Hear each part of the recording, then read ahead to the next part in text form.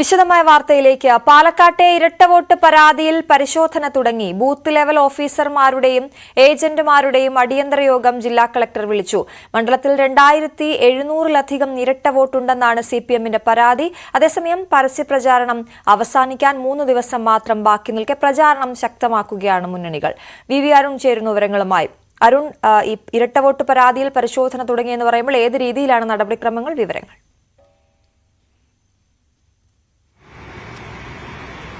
അശ്വതി, പാലക്കാട്ടെ പുതിയ വിവാദം ഇരട്ട വോട്ടാണ്. ഓരോ ദിവസവും ഓരോ വിവാദങ്ങൾ പാലക്കാട്ട് ഉണ്ടാകുന്നുണ്ട്.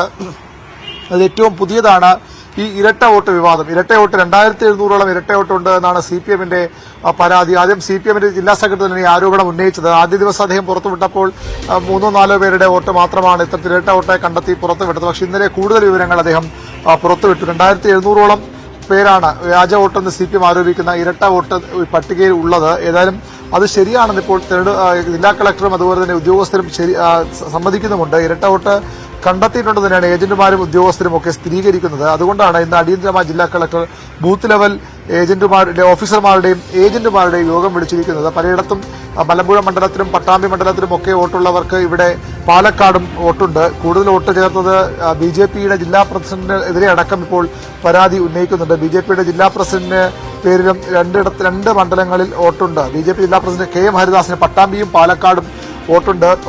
ഇവിടുത്തെ ബിജെപിയുടെ ഓഫീസ് വിലാസമാക്കിയാണ്, ഓഫീസ് അഡ്രസ് വെച്ചാണ് ഇവിടെ വോട്ട് ചേർത്തിരിക്കുന്നത്. അങ്ങനെ നിരവധി പേർ മലമ്പുഴയിലും പട്ടാമ്പിയിലും ഒക്കെ മണ്ണാർക്കാടും ഒക്കെയുള്ള പല ആളുകളും പാലക്കാട് മണ്ഡലത്തിലും വോട്ട് ചേർത്തിട്ടുണ്ട്. പലതും ഇവിടെ താമസമില്ലാത്ത ആളുകളാണ്. ഒരു അഡ്രസ്സ് നൽകിക്കൊണ്ട് കെയർ ഓഫ് എന്ന് രേഖപ്പെടുത്തിക്കൊണ്ടാണ് ഒരു വീട്ടിലെ അഡ്രസ്സിൽ മറ്റൊരാൾ താമസിക്കുന്നതെന്ന് പറയാൻ വേണ്ടി കെയർ ഓഫ് രേഖപ്പെടുത്തിയാണ് ഇത്തരത്തിൽ വോട്ട് ചേർത്തിരിക്കുന്നത്. ഇത് സിപിഎമ്മിനെതിരെയും ഈ ആരോപണമുണ്ട്. സിപിഎമ്മിനെതിരെ പ്രധാനമായും ഈ ആരോപണം പ്രതിപക്ഷ നേതാക്കൾ ഉന്നയിക്കുന്നത് സരിന്റെ സ്ഥാനാർത്ഥിത്വമാണ്. തിരുവില്ലാമല സ്വദേശിയാണ് ഇടതുമുന്നണി സ്ഥാനാർത്ഥി P. സരിൻ. പക്ഷേ സരിനും ഭാര്യയും എങ്ങനെ ഈ 3 മാസത്തിനുള്ളിൽ വോട്ടർ പട്ടികയിൽ വന്നു എന്നാണ് പ്രതിപക്ഷം ചോദിക്കുന്നത്.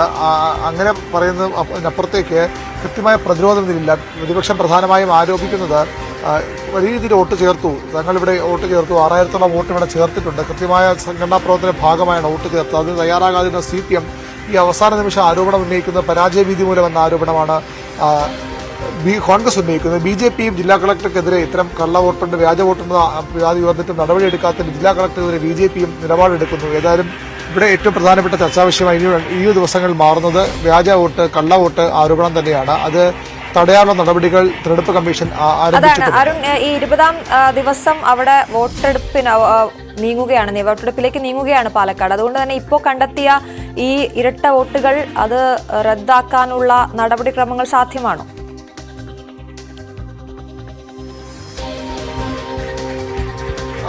പരിശോധന നടക്കുന്നത് സ്വാഭാവികമായും ഈ ഉപതെരഞ്ഞെടുപ്പ് ആകുമ്പോഴാണ് ഈ പ്രശ്നം വരുന്നത്. അല്ലെങ്കിൽ പൊതുതെരഞ്ഞെടുപ്പാണെങ്കിൽ 2 വോട്ടുള്ളപ്പോൾ ഒരിടത്ത് മാത്രം വോട്ട് ചെയ്യാനുള്ള സംവിധാനങ്ങൾ ഒരുക്കാൻ കഴിയും. ഇവിടെ ഒരാൾക്ക് നിയമപ്രകാരമാണ് വോട്ട് ചേർത്തെങ്കിൽ അത് ഒഴിവാക്കുക അത്ര എളുപ്പമുള്ള കാര്യമില്ല. പക്ഷെ വളരെ കൃത്യമായി തന്നെ ഈ 2 മണ്ഡലത്തിലും വോട്ട് വന്നത് ഈ അട്ടിമറിയുടെ ഭാഗമാണ്, അല്ലെങ്കിൽ ക്രമക്കേണ്ട ഭാഗമായെന്ന് വിലയിരുത്തിയിട്ടുണ്ട്. അതുകൊണ്ട് തന്നെ എന്ത് ചെയ്യാനാകുമെന്ന കാര്യമാണ് ഇപ്പോൾ പ്രധാനമായും പരിശോധിക്കുന്നത്. ഇന്ന് വിളിച്ചിട്ടുള്ള യോഗം, ജില്ലാ കളക്ടർ വിളിച്ചിട്ടുള്ള യോഗം വളരെ പ്രധാനപ്പെട്ടതാണ്. ആ യോഗത്തിൽ ഇക്കാര്യത്തിൽ നിർണായകമായ തീരുമാനങ്ങൾ ഉണ്ടായേക്കും. ഈ ഇരട്ട വോട്ട് ഉള്ളവർക്ക് ഇവിടെ വന്ന് വോട്ട് ചെയ്യരുതെന്ന് നിർദ്ദേശം നൽകാനുള്ള സാധ്യത തള്ളിക്കളയാനാകില്ല. ശരി, വി അരുണാണ് വിവരങ്ങൾ നൽകിയത് പാലക്കാട് നിന്നും. ആത്മകഥാ വിവാദത്തിനിടെ CPM സംസ്ഥാന സെക്രട്ടേറിയറ്റ് യോഗം ഇന്ന്. യോഗത്തിൽ EP ജയരാജൻ പങ്കെടുക്കും. വിവാദത്തിൽ EP വിശദീകരണവും നൽകിയേക്കും. പാലക്കാട് ഉപതെരഞ്ഞെടുപ്പ് നടക്കാനിരിക്കുന്നതിനാൽ വിവാദത്തിൽ കൂടുതൽ ചർച്ചകൾ വേണ്ടെന്ന അഭിപ്രായവും CPM നേതൃത്വത്തിലുണ്ട്. മുന്നണി കൺവീനർ സ്ഥാനത്ത് നിന്ന് മാറ്റിയ സെക്രട്ടേറിയറ്റ് യോഗത്തിലാണ് EP അവസാനമായി പങ്കെടുത്തത്. കാണേണ്ട സമയത്ത് കാണാം എന്നായിരുന്നു ആത്മകഥയിൽ ചതി നടന്നോ എന്ന ചോദ്യത്തിന് തിരുവനന്തപുരത്ത് EPയുടെ മറുപടി.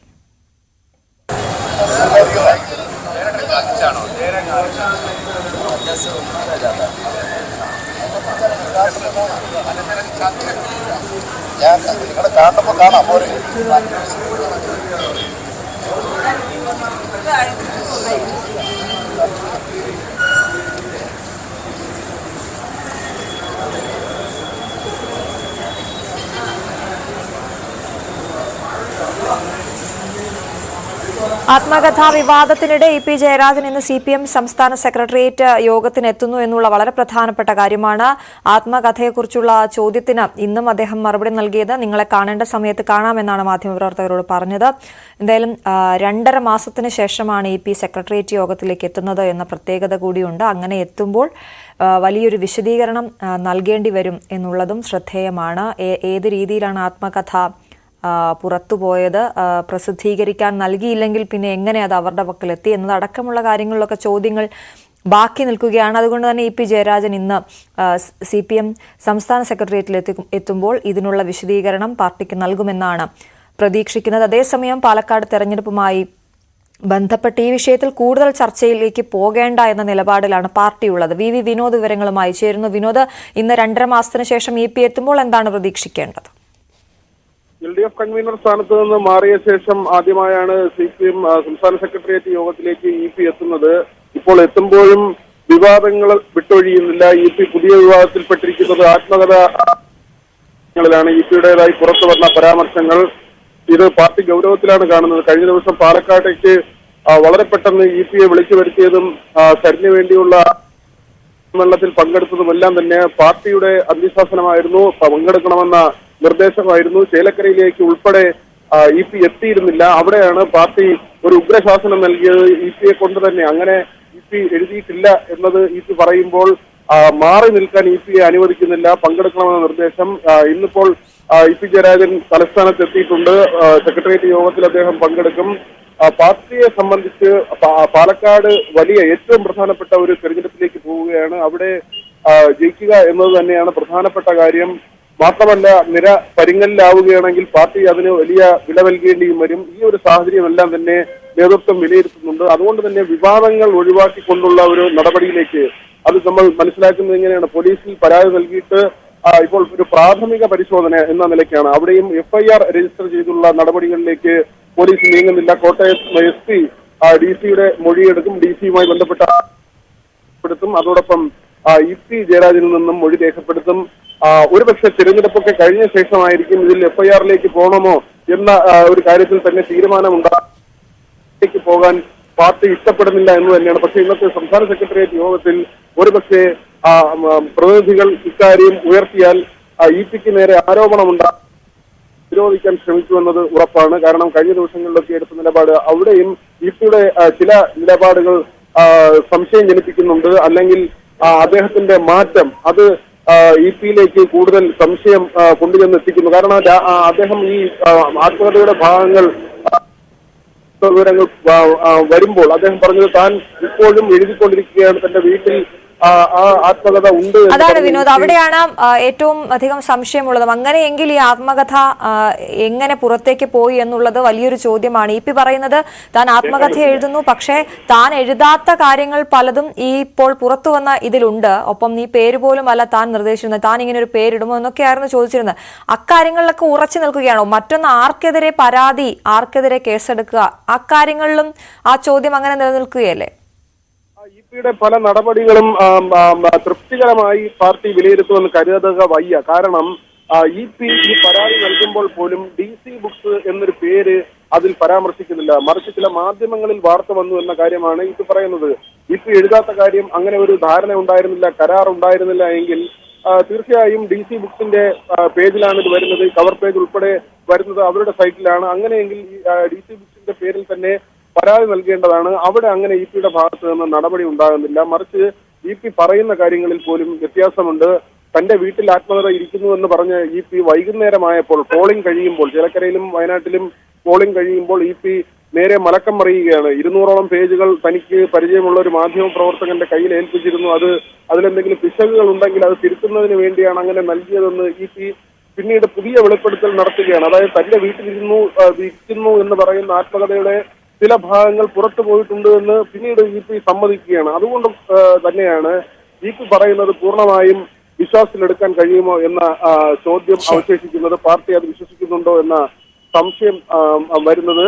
മാത്രമല്ല, ഇ പിയുടെ ചരിത്രം പരിശോധിച്ചാൽ ബന്ധു നിയമനവുമായി ബന്ധപ്പെട്ട് അദ്ദേഹം നിരത്തിയ വാദങ്ങൾ ഒടുവിൽ മന്ത്രിസ്ഥാനത്ത് നിന്ന് പുറത്തു പോകേണ്ടി വരുന്നു. പ്രകാശ് ജാവ്ദേക്കറുമായി നടത്തിയ കൂടിക്കാഴ്ചയുടെ വെളിപ്പെടുത്തലുകൾ അദ്ദേഹം വളരെ ലാഘവത്തോടെയാണ് പറഞ്ഞത്. തന്റെ മകന്റെ കുഞ്ഞിന്റെ പിറന്നാളിന് വന്നതാണ്, രാഷ്ട്രീയം സംസാരിച്ചില്ല എന്ന തരത്തിൽ അതിനെ ലഘൂകരിക്കാൻ അദ്ദേഹം ശ്രമിച്ചെങ്കിലും പിന്നീട് എന്ത് സംഭവിച്ചു എന്നത് രാഷ്ട്രീയ കേരളം കണ്ടതാണ്. കൺവീനർ സ്ഥാനത്ത് നിന്ന് അദ്ദേഹത്തിന് പുറത്തു പോകേണ്ടി വന്നു. ഇപ്പോഴും സ്ഥിതി വ്യത്യസ്തമല്ല. മറ്റൊരു തെരഞ്ഞെടുപ്പ് സമയത്ത്, പാർലമെന്റ് തെരഞ്ഞെടുപ്പ് സമയത്താണ് BJP നേതാവുമായുള്ള കൂടിക്കാഴ്ച വിവാദമായതെങ്കിൽ ഇപ്പോൾ ആത്മകഥയുമായി ബന്ധപ്പെട്ട് പാർട്ടിയെ കുറിച്ച് തന്നെ എഴുതിയിട്ടുള്ള കാര്യങ്ങൾ, അല്ലെങ്കിൽ സർക്കാരിനെ കുറിച്ച് എഴുതിയിട്ടുള്ള കാര്യങ്ങൾ, രണ്ടാം പിണറായി സർക്കാരിനെ കുറിച്ചുള്ള പരാമർശം, സരിനെ കുറിച്ചുള്ള പരാമർശം, ഇത്തരം കാര്യങ്ങളൊക്കെ വലിയ വിവാദത്തിലേക്കാണ് കാര്യങ്ങളെ കൊണ്ടുചെന്ന് എത്തിച്ചിരിക്കുന്നത്. ഇതുവരെ പ്രചരണത്തിന് വരാതിരുന്ന, പാർട്ടിയുമായി ഇണങ്ങിയും പിണങ്ങിയും ഒക്കെയാണ് കഴിഞ്ഞ കുറെ കാലങ്ങളായി EP മുന്നോട്ട് പോകുന്നത്. വരെ എത്തുമെന്ന് പരിഗണിക്കപ്പെട്ടിരുന്ന ആളാണ്, അല്ലെങ്കിൽ ആ പേര് വളരെ ശക്തമായി നിന്നതാണ്. അവിടേക്കാണ് MV ഗോവിന്ദൻ വരുന്നത്. ഇതിലൊക്കെ EP-ക്ക് നീരസമുണ്ടായിരുന്നു. ആ നീരസം പലപ്പോഴായി EP-യുടെ പ്രവൃത്തികളിൽ പ്രതിഫലിച്ചു. സമ്മേളനങ്ങളിൽ പങ്കെടുക്കാതിരിക്കുക, അല്ലെങ്കിൽ ആ തരത്തിൽ പൊതുയോഗങ്ങളിൽ വരാതിരിക്കുക, സെക്രട്ടേറിയറ്റ് യോഗത്തിലും പാർട്ടി സംഘടനാ സംവിധാനവുമായി ബന്ധപ്പെട്ട കാര്യങ്ങളിൽ പങ്കെടുക്കാതിരിക്കുക, മാറി നിൽക്കുക എന്നത് ഒരു രീതിയായി EP തുടർന്നിരുന്നു. അപ്പോഴൊക്കെ മുഖ്യമന്ത്രിയുടെ ഇടപെടൽ ഉണ്ടാവുകയും EP-യെ അനുനയ. ശരി, VV വിനോദാണ് തിരുവനന്തപുരത്ത് നിന്ന് വിവരങ്ങൾ നൽകിയത്. മുണ്ടക്കൈ ചൂരൽമല ദുരന്തത്തിലെ സഹായം സംബന്ധിച്ച് കേന്ദ്ര സർക്കാർ ഇന്ന് ഹൈക്കോടതിയിൽ നിലപാട് അറിയിക്കും. വയനാട് ദുരന്തം അതിതീവ്ര ദുരന്തമായി പ്രഖ്യാപിക്കണമെന്ന അമിക്കസ് ക്യൂറി റിപ്പോർട്ടിലാണ് കേന്ദ്രം നിലപാട് അറിയിക്കുക. ദേശീയ ദുരന്തമായി പ്രഖ്യാപിക്കാനാകില്ലെന്നറിയിച്ച് കേന്ദ്ര ആഭ്യന്തര സഹമന്ത്രി നിത്യാനന്ദ റായ് കേരളത്തിലെ ഡൽഹിയിലെ പ്രത്യേക പ്രതിനിധി KV തോമസിന് കത്ത് നൽകിയിരുന്നു.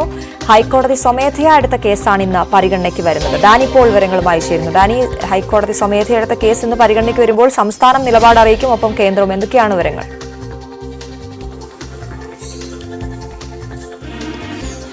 ഇതിൽ ഇന്ന് സംസ്ഥാനത്തിൻ്റെ ഒരു കാര്യങ്ങൾ കഴിഞ്ഞ സമയങ്ങളിൽ തന്നെ വിശദീകരിക്കുകയും കാര്യങ്ങളും എല്ലാം തന്നെ ഹൈക്കോടതിയിൽ ഉണ്ടായിരുന്നു. കേന്ദ്ര നിലപാട് എന്താണ്, ഇതിൽ ഇക്കാര്യത്തിൽ കൈക്കൊള്ളാനുള്ളത് എന്നതാണ് ഇനി അറിയേണ്ടത്. അതിൽ കൃത്യമായൊരു നിലപാട് ഇന്ന് അറിയിക്കണമെന്ന് തന്നെ, അതായത് ഈ കേസ് പരിഗണനയ്ക്ക് വരുമ്പോൾ അതിൻ്റെ എന്താണ് കേന്ദ്രത്തിൽ ഈ വിഷയത്തിലുള്ള നിലപാട് എന്നത് ഇന്ന് അറിയിക്കണം. നേരത്തെ ഈ കേസ് പരിഗണിക്കുമ്പോൾ തന്നെയും എന്തുകൊണ്ട് കൃത്യമായ രീതിയിലുള്ളൊരു ഇടപെടൽ ഉണ്ടാകുന്നില്ല, അതിൽ ഏത് സംസ്ഥാനത്തിന് പുറമെ തന്നെ അതിൽ മറ്റ് കാര്യങ്ങൾ സ്വകാര്യ ഏജൻസികളെ അടക്കം ഉപയോഗിച്ചുകൊണ്ട് ഇതിൽ സഹായ വിതരണം ഊർജിതമാക്കണമെന്നതടക്കമുള്ള കാര്യങ്ങൾ ഹൈക്കോടതി ആരാഞ്ഞു. ഇതിൻ്റെ സാധ്യതകളെല്ലാം തന്നെ ആരാഞ്ഞിരുന്നു. അതുകൊണ്ട് തന്നെ ഹൈക്കോടതി ഗൗരവമായിട്ട് തന്നെയാണ് ഈ വിഷയങ്ങളെ കാണുന്നത്. അപ്പോൾ അമിക്കസ് ക്യൂറി അടക്കം ഈ വിഷയത്തിൽ ഇടപെട്ടുകൊണ്ട് ഇതിൽ കൃത്യമായ രീതിയിലുള്ളൊരു ഇടപെടൽ കേന്ദ്രത്തിൻ്റെ ഭാഗത്തുനിന്ന് വേണമെന്നതടക്കം ചൂണ്ടിക്കാണിച്ചിരുന്നു. അതിൽ കേന്ദ്രവും ഉറപ്പ് നൽകി കോടതിയിൽ അറിയിച്ചിരുന്നത് ഇതിൽ കേന്ദ്രത്തിൻ്റെ ഭാഗത്തു നിന്ന് നടപടികൾ ഉണ്ടാകുമെന്നതടക്കമുള്ള കാര്യങ്ങൾ പറഞ്ഞിരിക്കുകയും ചെയ്തിരുന്നു. അത് ഒരുപക്ഷെ എന്താണ് നടപടി എന്നത് ഇന്ന് കേസ് പരിഗണിക്കുമ്പോൾ കോടതിയിൽ അറിയിക്കുമെന്നാണ് നമ്മൾ മനസ്സിലാക്കുന്നത്. എന്നാൽ അതേ സമയം തന്നെയാണ് ഇതിൽ കേരളത്തിൻ്റെ പ്രത്യേക പ്രതിനിധി പ്രൊഫസർ KV തോമസിന് ഇക്കാര്യങ്ങൾ ഇതിൽ ദേശീയ ദുരന്തമായി പ്രഖ്യാപിക്കണമെന്ന് സംസ്ഥാനം ആവർത്തിച്ച് ആവശ്യപ്പെടുന്നുണ്ട്. അതിൽ അവരുടെ ഒരു നിലപാട് കേന്ദ്ര ആഭ്യന്തര സഹമന്ത്രി ഇതിൽ അറിയിക്കുകയും ചെയ്തത് ആ രീതിയിൽ അതിനെ കാണാൻ കഴിയുകയില്ല എന്നതാണ് അറിയിച്ചിരുന്നത്. അതിൽ കേന്ദ്ര സംസ്ഥാന സർക്കാരുകൾക്ക് ഈ വിഷയങ്ങളിൽ കേന്ദ്രത്തിന് ഇടപെടാനുള്ള ചില പരിമിതികൾ ചൂണ്ടിക്കാണിക്കുന്നു. ഇതിൽ ആ രീതിയിൽ കണ്ട ദേശീയ ദുരന്തമായി പ്രഖ്യാപിച്ചുകൊണ്ട് പോകാൻ കഴിയുകയില്ല. എന്നാൽ അർഹമായ രീതിയിലുള്ളൊരു സഹായ വിതരണത്തിൻ്റെ അടക്കമുള്ള ഇടപെടൽ ഉണ്ടായിട്ടുണ്ടെന്ന് ഒരു ഭാഗത്ത് പറയുകയും ചെയ്യുന്നുണ്ട്. അത് മാത്രവുമല്ല, AGയുടെ ഒരു റിപ്പോർട്ട് നൽകിയതനുസരിച്ച് സംസ്ഥാനത്തിൻ്റെ ഈ ദുരന്ത നിവാരണവുമായി ബന്ധപ്പെട്ട് ആവശ്യത്തിന് ഫണ്ട് ഉണ്ട് എന്നതടക്കമുള്ള കാര്യങ്ങൾ ചൂണ്ടിക്കാണിച്ചിട്ടുണ്ട്. അദ്ദേഹം അത് ചൂണ്ടിക്കാണിക്കുകയും ചെയ്തിട്ടുണ്ട്. പ്രൊഫസർ KV തോമസും ഇതിനോട് അല്പം മുമ്പ് പ്രതികരിച്ചിരുന്ന ന്യൂസ് എയ്റ്റിലൂടെ ഇത് കേന്ദ്രത്തിൻ്റെ നിലപാട് അംഗീകരിക്കാൻ കഴിയുകയില്ല എന്ന് അദ്ദേഹം പറയുകയും ചെയ്തു. മറ്റ് വിഷയങ്ങളിൽ കേന്ദ്രമന്ത്രിമാരടക്കം കൂട്ടത്തോടെ കേരളത്തിലേക്ക് എത്തുന്നു. പക്ഷേ എന്തുകൊണ്ട് വയനാട് വിഷയത്തിൽ കാര്യമായ രീതിയിലുള്ളൊരു ഇടപെടൽ ഉണ്ടാകുന്നില്ല? സംസ്ഥാനം ഒറ്റക്കെട്ടായിട്ട് തന്നെ BJP നേതാക്കൾ ഒറ്റക്കെട്ടായിട്ട് തന്നെ ഈ വിഷയങ്ങളിൽ ഇടപെടണം, സംസ്ഥാനത്തിൻ്റെ പൊതുവിഷയമായിട്ട് ഇതിനെ കാണണമെന്നടക്കം അല്പം മുമ്പ് KV തോമസ് പ്രതികരിക്കുകയും ചെയ്തു. എന്തായാലും കോടതിയിൽ എന്താണ് കേന്ദ്രം ഇത് സംബന്ധിയായ കാര്യങ്ങളിൽ വിശദീകരണം നൽകുന്നത്, എന്ത് നിലപാട് ഇതിൽ സ്വീകരിക്കുന്നതാണ് ഇനി അറിയേണ്ടത്. അതാണ് ഡാനി. ഒപ്പം ഈ വിഷയത്തിൽ സംസ്ഥാന സർക്കാരിന് അറിയിക്കാനുള്ളത് ഈ പുനരധിവാസം സംബന്ധിച്ച കാര്യങ്ങളാണല്ലോ. അതിൽ എന്ത് തുടർ നടപടികൾ ഉണ്ടായി എന്നുള്ള കാര്യം അറിയിക്കേണ്ട ബാധ്യത കൂടി സർക്കാരിനില്ലേ?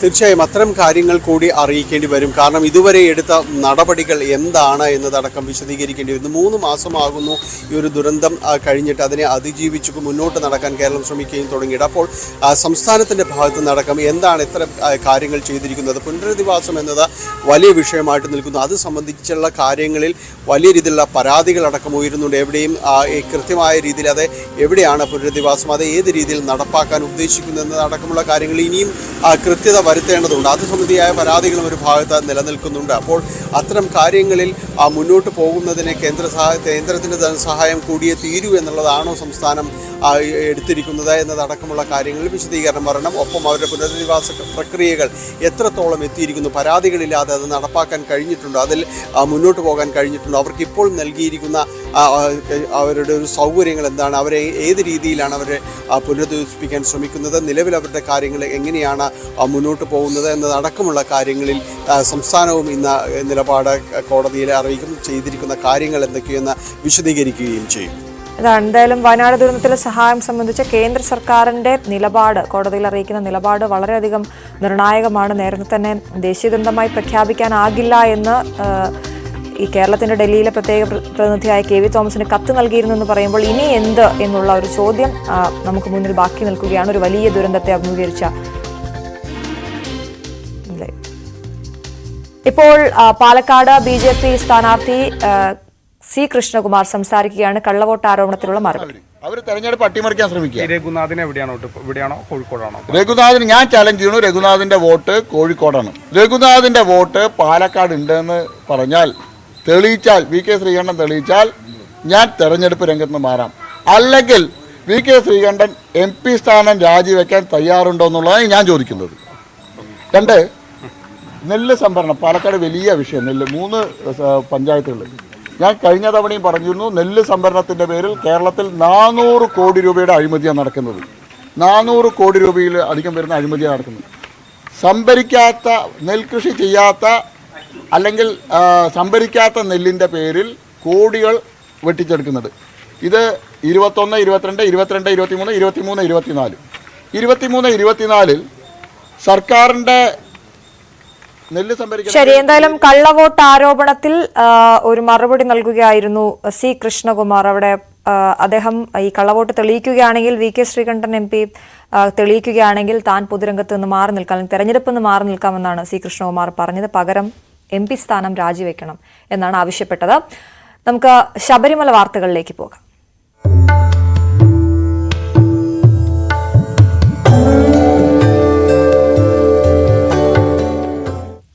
മണ്ഡല മകരവിളക്ക് തീർത്ഥാടനത്തിന് ഇന്ന് തുടക്കം. തിരക്ക് കണക്കിലെടുത്ത് വൈകിട്ട് 4 മണിക്ക് ശബരിമല നട തുറക്കും. നിലവിലെ മേൽശാന്തി VN മഹേഷ് നമ്പൂതിരിയാണ് നട തുറന്ന് ദീപം തെളിയിക്കുക. ദർശനത്തിനായി പമ്പയിൽ നിന്ന് ഉച്ചയ്ക്ക് 1 മണി മുതൽ തീർത്ഥാടകർക്ക് പ്രവേശനം നൽകും. പുതിയ മേൽശാന്തിമാർ ഇന്ന് ചുമതലയേൽക്കും. ശബരിമലയിലെത്തുന്ന എല്ലാ തീർത്ഥാടകർക്കും ദർശന സൗകര്യം ഒരുക്കുമെന്ന് Thiruvithamkoor Devaswom board president PS Prashanth news 18നോട് പറഞ്ഞു. ഇവിടേക്ക് എത്തുന്ന ഭക്തർക്ക് എല്ലാ സൗകര്യങ്ങളും, ഭഗവാനെ ദർശിക്കുവാൻ വേണ്ടിയിട്ടുള്ള എല്ലാ സൗകര്യങ്ങളും ഞങ്ങൾ ഒരുക്കിയിട്ടുണ്ട്. വൈകുന്നേരം 4 മണിക്ക് നട തുറക്കും. കണ്ഠര് രാജീവരുടെ കാർമ്മികത്വത്തിൽ പുതിയ മേൽശാന്തി ചുമതലയേൽക്കും. രാത്രി 10:30 ഹരിവരാസനം കഴിഞ്ഞതിന് ശേഷം പഴയ മേൽശാന്തി പടിയിറങ്ങി ഇല്ലത്തേക്ക് പോകും. വൃശ്ചിക 1 രാവിലെ കൃത്യം 3 മണിക്ക് തന്നെ നട തുറക്കും. 3 മണിക്കാണ് നട തുറക്കുന്നത്. 1 മണിക്ക് ഉച്ചപൂജ കഴിഞ്ഞ് നട അടയ്ക്കും.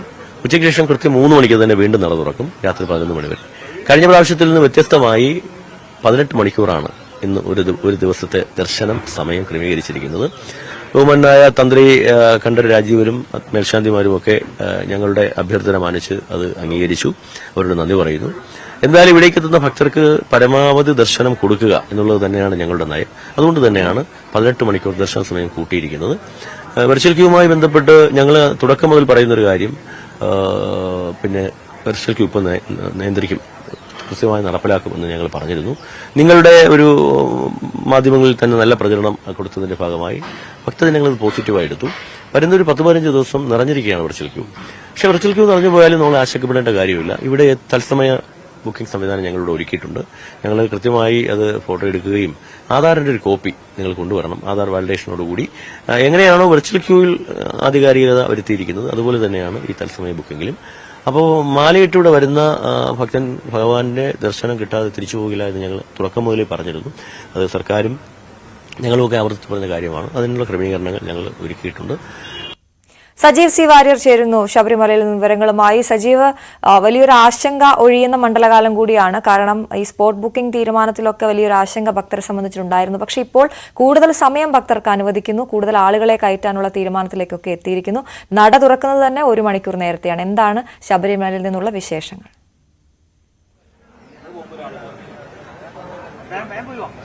അശ്വതി, ഈ പറഞ്ഞ പോലെ ആശ്വാസകരമായ വാർത്തയാണ് അത്. തീർത്ഥാടകരെ സംബന്ധിച്ചിടത്തോളം കൂടുതൽ സമയം ദർശനത്തിന് കിട്ടുന്നു എന്നുള്ളത് തിരക്കൊഴിവാക്കാൻ സാധ്യമാകും എന്നാണ് മനസ്സിലാക്കുന്നത്.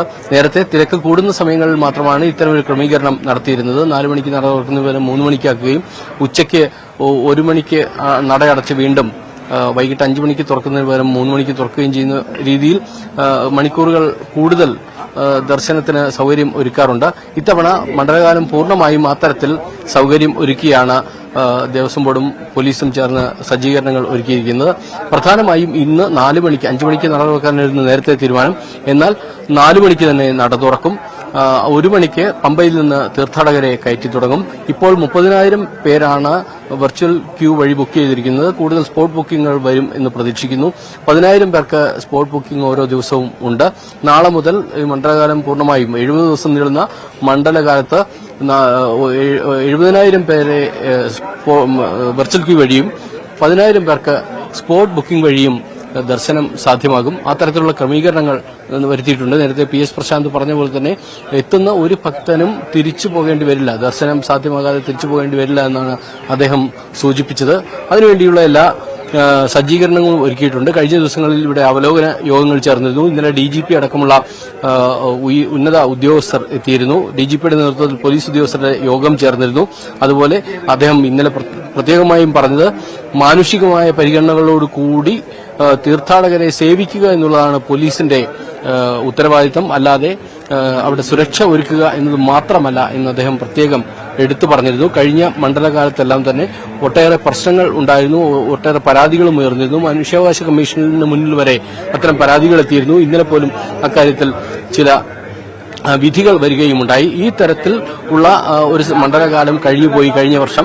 ഇത്തവണ അത്തരം ബുദ്ധിമുട്ടുകൾ ആളുകൾക്ക് വരരുത് എന്നുള്ള നിശ്ചയദാർഢ്യത്തോടു കൂടിയാണ് ഉദ്യോഗസ്ഥരും സർക്കാരും മുന്നോട്ട് വരുന്നത്. ഈ സാഹചര്യത്തിൽ മണ്ഡലമാസ മകരവിളക്ക് പൂജകൾക്കായി ഇന്ന് നട തുറക്കുന്നു. നട തുറക്കുന്നതിന് പ്രത്യേക ചടങ്ങുകൾ നിയുക്ത മേൽശാന്തിമാർ ഇന്ന് എത്തും. അവരെ നട തുറന്നതിന് ശേഷം ഇപ്പോഴത്തെ മേൽശാന്തി 18-ാം പടി കയറ്റും. ആഴി തെളിയിച്ച ശേഷമായിരിക്കും നടക്കുക. ഇതിനുശേഷം അഭിഷേകമുണ്ടാകും. ഇവരെ ചുമതലയേൽപ്പിക്കുന്ന ചടങ്ങുകളാണ് പിന്നീട് സന്നിധാനത്ത് നടക്കുക. അതിനുശേഷം ദീപാരാധനയുണ്ടാകും. അതോടുകൂടിയായിരിക്കും തീർത്ഥാടകർക്കുള്ള പ്രവേശനവും സാധ്യമാകുക. എന്തായാലും ഇന്ന് രാത്രി 11 മണിക്ക് ഹരിവരാസനം പാടി നടയടയ്ക്കുന്നതോടുകൂടി ഇപ്പോഴത്തെ മേൽശാന്തി PN മഹേഷ് നമ്പൂതിരി മലയിറങ്ങും. അതേസമയം പുറപ്പെടാൻ മേൽശാന്തിമാരായി 2 പേർ, അതായത് അരുൺ നമ്പൂതിരിയും വാസുദേവൻ നമ്പൂതിരിയും ശബരിമലയിലും മാളികപ്പുറത്തുമായി ചുമതലയേൽക്കുകയും ചെയ്യും. നാളെ രാവിലെ 3 മണിക്ക് നട തുറക്കുന്നത് പുതിയ മേൽശാന്തിയായിരിക്കും. ശരി സജീവ്. ശബരിമലയുടെ പ്രധാന ഇടത്താവളമായ പന്തളം വലിയ കോയിക്കൽ ക്ഷേത്രത്തിന് അനുവദിച്ച 2 കോടി രൂപയുടെ മാസ്റ്റർ പ്ലാൻ പ്രഖ്യാപനത്തിൽ ഒതുങ്ങി. ദേവസ്വം ബോർഡിന്റെ പിടിപ്പുകേട് മൂലം ഇത്തവണയും ഇവിടെ എത്തുന്ന ഭക്തർ അടിസ്ഥാന സൗകര്യങ്ങളില്ലാതെ ബുദ്ധിമുട്ടുന്ന അവസ്ഥയിലാണ്. ശബരിമല തീർത്ഥാടനകാലത്ത് പന്തളം ക്ഷേത്രത്തിനുള്ള പ്രാധാന്യം കണക്കിലെടുത്താണ് 2022-23 കാലയളവിൽ 2 കോടി രൂപയുടെ മാസ്റ്റർ പ്ലാൻ ദേവസ്വം ബോർഡ് പ്രഖ്യാപിച്ചത്. സമീപകാലത്ത് ക്ഷേത്രത്തിന്റെ പുനരുദ്ധാരണത്തിന് ബോർഡ് ഫണ്ട് അനുവദിക്കുന്നതും ഇതാദ്യമാണ്. ക്ഷേത്രത്തിന്റെ ജീർണതകൾ പരിഹരിക്കുക, തിരുമുറ്റം നവീകരണം, പാർക്കിംഗ് സ്ഥലം വാങ്ങുന്നതടക്കം പദ്ധതിയിലുണ്ടായിരുന്നു. പക്ഷേ പ്രഖ്യാപനങ്ങളല്ലാതെ ഒന്നും നടന്നില്ല. പന്തളം നഗരസഭയുടെ നേതൃത്വത്തിൽ ക്രമീകരണങ്ങൾ ഒരുക്കുന്നുണ്ടെങ്കിലും ദേവസ്വം ബോർഡിന്റെ സഹായം ലഭിക്കുന്നില്ലെന്നാണ് നഗരസഭയുടെ പരാതി. ഇവിടെ ടോയ്ലറ്റ് സംബന്ധിച്ച കാര്യങ്ങൾ, ഇവിടെ വരുന്ന ഭക്തജനങ്ങൾക്ക് ആവശ്യമായ ടോയ്ലറ്റ് സംവിധാനമില്ല. അത് ദേവസ്വം ബോർഡിന്റെ ഭാഗത്തുനിന്ന് അതില് വീഴ്ച തന്നെയാണ് സംഭവിച്ചുകൊണ്ടിരിക്കുന്നത്. പക്ഷെ നഗരസഭ ഇപ്പോ ഒരു ടോയ്ലറ്റ് കോംപ്ലക്സ് ഞങ്ങൾ നിർമ്മാണം പൂർത്തീകരിച്ചുകൊണ്ടിരിക്കുകയാണ്. അത് ഭക്തജനങ്ങൾക്ക് വളരെ സൗകര്യപ്രദമായ രീതിയിൽ തന്നെ ഈ ഒരു തീർത്ഥാടന കാലത്ത് തന്നെ തുറന്നു കൊടുക്കാനുള്ള കാര്യങ്ങൾ ഞങ്ങൾ ചെയ്യുന്നുണ്ട്. പിന്നീട് നഗരസഭാ തലത്തിൽ ഒരുപാട് കാര്യങ്ങളാണ്. ഇപ്പൊ തന്നെ ഫയർഫോഴ്സിനുള്ള അടിസ്ഥാന സൗകര്യം, അത് അവരുടെ വാഹനങ്ങൾ ഇടുന്നതിന് ഒരു പെർമനന്റ് ഷെഡ്, അങ്ങനെ ഭക്തജനങ്ങൾക്ക് വിരിവെക്കുന്നതിന് സൗജന്യമായി വിരിവെക്കുന്നതിനുള്ള സംവിധാനം, ദേവസ്വം ബോർഡിന്റെ ബിൽഡിങ്, സത്യത്തിൽ ഇതൊക്കെ ദേവസ്വം ബോർഡാണ് ഇവിടെ ചെയ്യേണ്ടത്. പക്ഷെ ദേവസ്വം ബോർഡിന്റെ ബിൽഡിങ് ഞങ്ങൾ വാടകയ്ക്ക് എടുത്തിട്ട് ആ ബിൽഡിങ്ങിൽ ഭക്തജനങ്ങൾക്ക് സൗജന്യ വിരിവെക്കൽ സംവിധാനം ഞങ്ങൾ ഒരുക്കി കൊടുക്കുകയാണ്. ആദ്യഘട്ടത്തിൽ മാസ്റ്റർ പ്ലാൻ പ്രകാരം 2 കോടി രൂപ അനുവദിക്കുന്നതിനൊപ്പം കൂടുതൽ തുക ആവശ്യമെങ്കിൽ അനുവദിക്കുമെന്നായിരുന്നു ദേവസ്വം ബോർഡിന്റെ പ്രഖ്യാപനങ്ങൾ കടലാസിൽ ഒതുങ്ങിയതോടെ അടിസ്ഥാന സൗകര്യങ്ങളില്ലാതെ ഇത്തവണയും പന്തളത്തുനിന്ന തീർത്ഥാടകരെ കാത്തിരിക്കുന്നത് വലിയ ദുരിതങ്ങളാണ്. ന്യൂസ് 18 പത്തനംതിട്ട. ഇടവേള.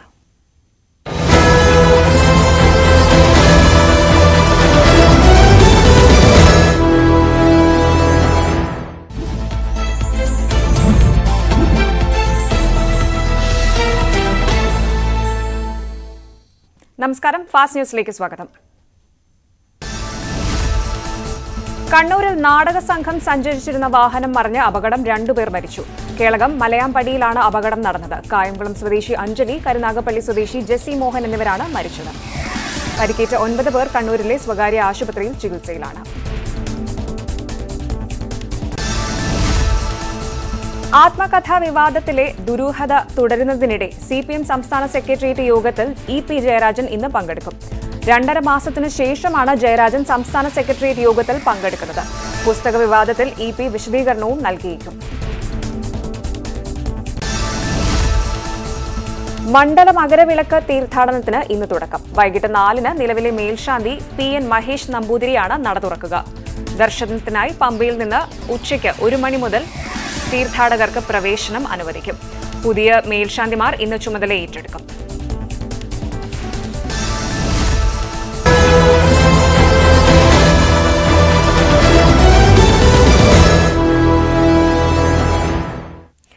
ശ്രീലങ്കയിൽ പാർലമെന്റ് തെരഞ്ഞെടുപ്പിന്റെ വോട്ടെണ്ണൽ പുരോഗമിക്കുകയാണ്. പ്രസിഡന്റ് അനുരകുമാര ദിസനായികയുടെ NPP കൂറ്റൻ ജയത്തിലേക്ക് അടുക്കുകയാണെന്നാണ് അറിയുന്നത്. ദിസനായികയ്ക്ക് ഭൂരിപക്ഷം തേടിയാണ് പാർലമെന്റ് തെരഞ്ഞെടുപ്പ് നടക്കുന്നത്.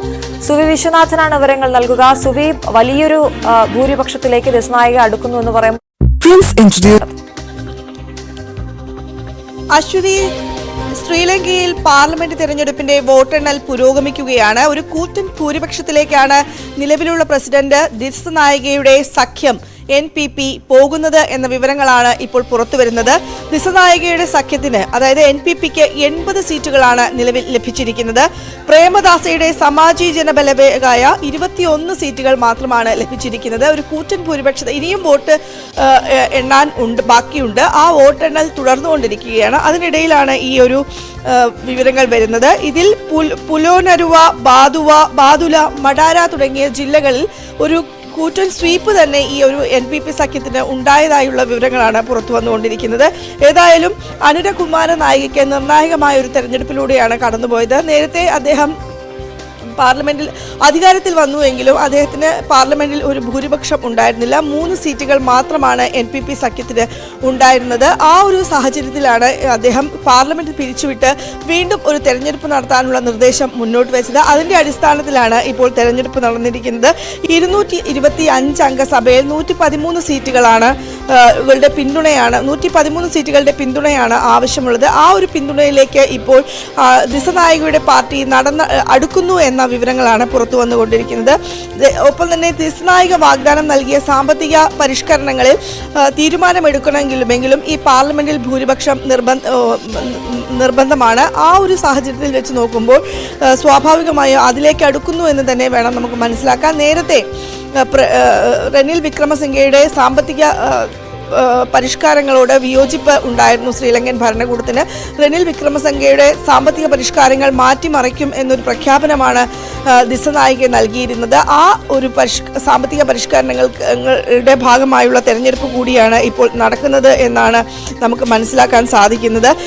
ഈ JVP എന്ന പാർട്ടിയാണ് ദിസനായികയുടെ. അത് കൂറ്റൻ ഭൂരിപക്ഷം നേടുമെന്ന് എക്സിറ്റ് പോളുകൾ ഉണ്ടായിരുന്നു. ആ ഒരു പ്രവചനങ്ങൾ സത്യമാക്കുന്ന തരത്തിൽ തന്നെയാണ് ഇപ്പോൾ കാര്യങ്ങൾ മുന്നോട്ട് പോയിക്കൊണ്ടിരിക്കുന്നത്.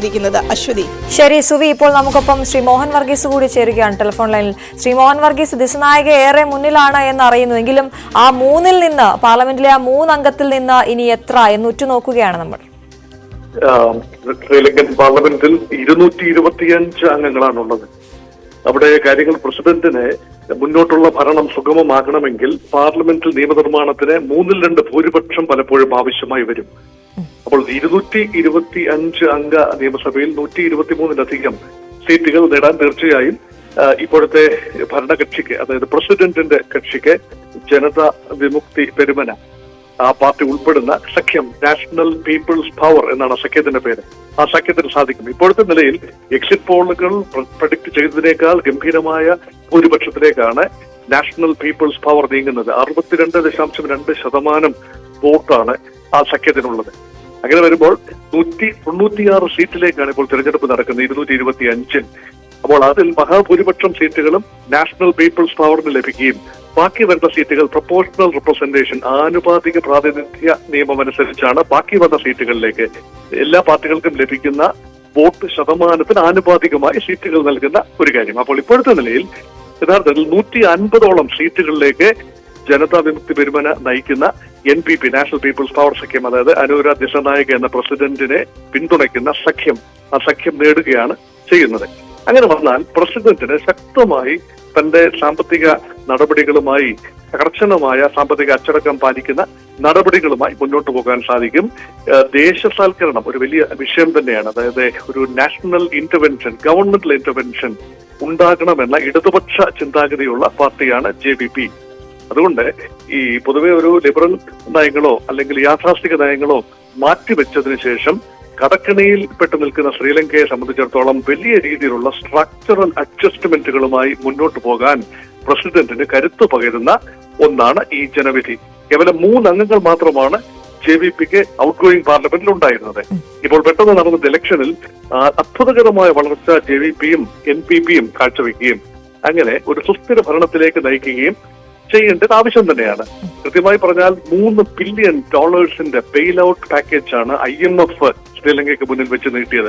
അങ്ങനെയാണ് 2022-ലെ രാജപക്ഷ ഗവൺമെന്റ് പതനവും അതേ തുടർന്നുണ്ടായ വലിയ കലാപങ്ങളും, അങ്ങനെ IMF രംഗത്ത് വന്നതുകൊണ്ട് മാത്രമാണ് ശ്രീലങ്കയ്ക്ക് പിടിച്ചു നിൽക്കാനായത്.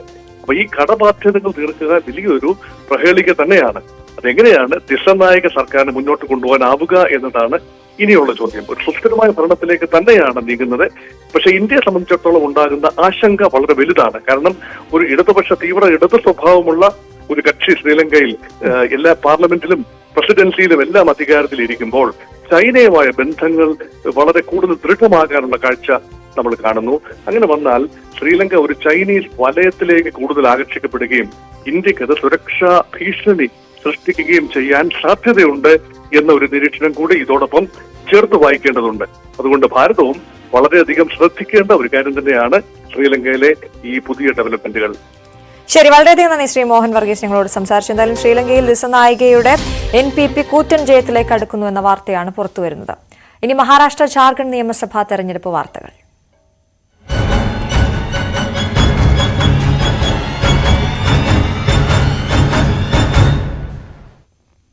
മഹാരാഷ്ട്ര PCC പ്രസിഡന്റ് നാനാ പട്ടോളയുടെ ഹെലികോപ്റ്ററിൽ പരിശോധന നടത്തി തെരഞ്ഞെടുപ്പ് ഉദ്യോഗസ്ഥർ. തെരഞ്ഞെടുപ്പ് പ്രചാരണത്തിനായുള്ള യാത്രയ്ക്കായി നാനാ പട്ടോള ഹെലികോപ്റ്ററിലേക്ക് കയറുന്നതിന് തൊട്ടുമുമ്പായിരുന്നു പരിശോധനയുടെ ദൃശ്യങ്ങളാണ് പ്രേക്ഷകർ കാണുന്നത്.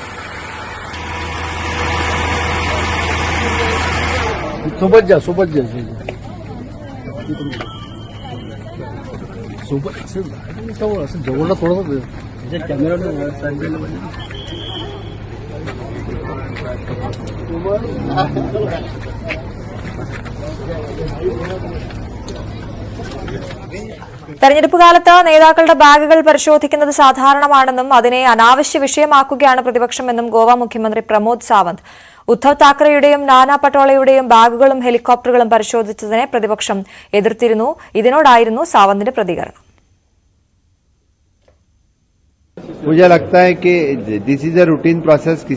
मैं बड़ा नेता भी हुआ तो भी उनकी इलेक्शंस कमीशन है, उनको चेक करना है. मैंने तो मेरी बैग निकाल के दे दिया है, चेक करो बोल के. तो उनको जैसी उनकी मर्जी, मेरा बैग चेक करना है या किसी का बैग चेक करना है तो उन्होंने चेक करना चाहिए. I always cooperate with them. പ്രധാനമന്ത്രി നോക്കുമ്പോൾ ഭരണഘടന ശൂന്യമായി തോന്നുമെന്നും അത് അദ്ദേഹം വായിച്ചിട്ടില്ലാത്തതുകൊണ്ടാണെന്നും ലോക്സഭാ പ്രതിപക്ഷ നേതാവ് രാഹുൽ ഗാന്ധി ഉയർത്തിക്കാട്ടിയ ഭരണഘടനയ്ക്ക് കവർ പേജ് മാത്രമേ ഉണ്ടായിരുന്നുള്ളൂ എന്ന പ്രധാനമന്ത്രിയുടെയും അമിത്ഷായുടെയും ആരോപണത്തിന് മറുപടി പറയുകയായിരുന്നു രാഹുൽ. മുഗളന്മാരാൽ കൊല്ലപ്പെട്ട മറാത്ത സാമ്രാജ്യത്തിന്റെ ചക്രവർത്തിയുമായിരുന്ന സാംഭാജി മഹാരാജന്റെ മരണത്തെ തെരഞ്ഞെടുപ്പ് പ്രചാരണ വിഷയമാക്കി പ്രധാനമന്ത്രി നരേന്ദ്രമോദി. സാംഭാജിയെ കൊന്നവരെ മിശിഹയായി കാണുന്നവർ മഹാരാഷ്ട്രയ്ക്കെതിരാണ്. അവരെ പിന്തുണയ്ക്കുന്നവരെ മഹാരാഷ്ട്രക്കാർക്ക് ഉൾക്കൊള്ളാനാകുമോ എന്നായിരുന്നു മോദിയുടെ ചോദ്യം. ഛത്രപതി സംഭാജി നഗറിലായിരുന്നു മോദിയുടെ ഈ പരാമർശം. जिन्हें संभाजी महाराज के नाम पर आपत्ति है, जिन्हें उनके हत्यारे में अपना मसीहा दिखता है, ये लोग महाराष्ट्र और मराठी स्वाभिमान के खिलाफ खड़े हैं कि नहीं खड़े हैं? മറ്റു വാർത്തകളുടെ വേളയ്ക്ക് ശേഷം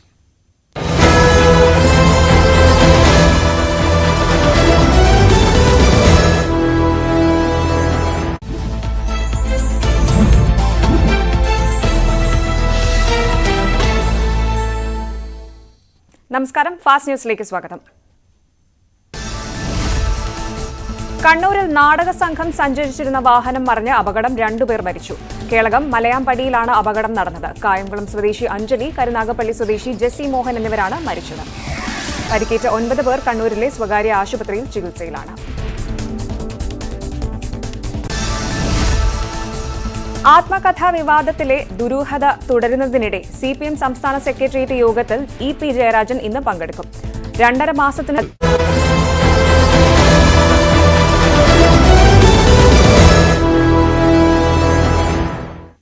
ആന എഴുന്നള്ളിപ്പിൽ ഹൈക്കോടതി പുറത്തിറക്കിയ മാർഗരേഖയ്ക്കെതിരെ തിരുവമ്പാടി ദേവസ്വം. തൃശൂർ പൂരം പാടത്തേക്ക് മാറ്റേണ്ട സാഹചര്യമാണെന്ന് തിരുവമ്പാടി ദേവസ്വം സെക്രട്ടറി കെ ഗിരീഷ് കുമാർ പറഞ്ഞു.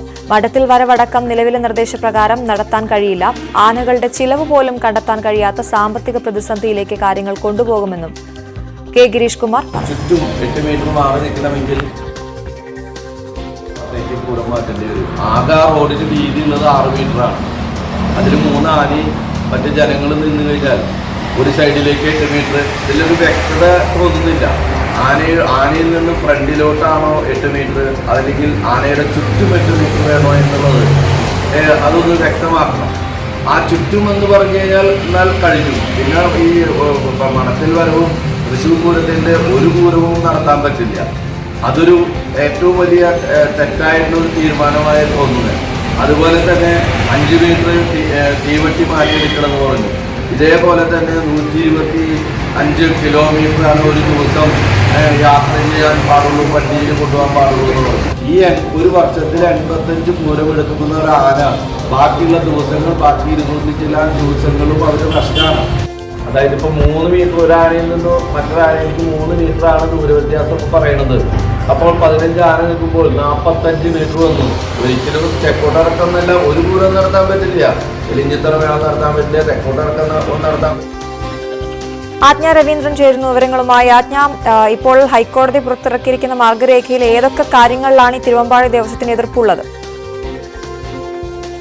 അശ്വതി, നേരത്തെ ഹൈക്കോടതി ഒരു 3 ആഴ്ച മുൻപാണ് ആന എഴുന്നള്ളിപ്പുമായി ബന്ധപ്പെട്ടുള്ള നിർദ്ദേശങ്ങൾ മുന്നോട്ട് വെച്ചത്. അതിരൂക്ഷ വിമർശനം ഉന്നയിച്ചുകൊണ്ട് തന്നെയായിരുന്നു അന്ന് ഹൈക്കോടതി നിർദ്ദേശങ്ങളൊക്കെ മുൻപോട്ട് വെച്ചിരുന്നത്. കരയിലെ ഏറ്റവും വലിയ ജീവി, നടക്കുന്ന ജീവിയെ എഴുന്നള്ളിക്കുന്നതിന് ഉപയോഗിക്കുന്നത് മനുഷ്യന്റെ അഹന്തയാണ്. തിമിംഗലം കരയിലെ ജീവി അല്ലാത്തതിന് നന്ദി പറയണം, അല്ലെങ്കിൽ തിമിംഗലത്തെ എഴുന്നള്ളത്തിന് ഉപയോഗിച്ചതിനെ എന്നായിരുന്നു ഹൈക്കോടതി അന്ന് നിരീക്ഷിച്ചിരുന്നത്. മാത്രമല്ല 10 മീറ്റർ അകലത്തിലാണ് ആനയ്ക്ക് ചുറ്റും 10 മീറ്റർ അകലത്തിൽ വേണം ആളുകളെ നിർത്താനെന്നായിരുന്നു അന്ന് ഹൈക്കോടതി കൃത്യമായി പറഞ്ഞിരുന്നത്. അതുപോലെ ആനകൾ തമ്മിലും 3 മീറ്റർ അകലം വേണം എന്ന് പറഞ്ഞിരുന്നു.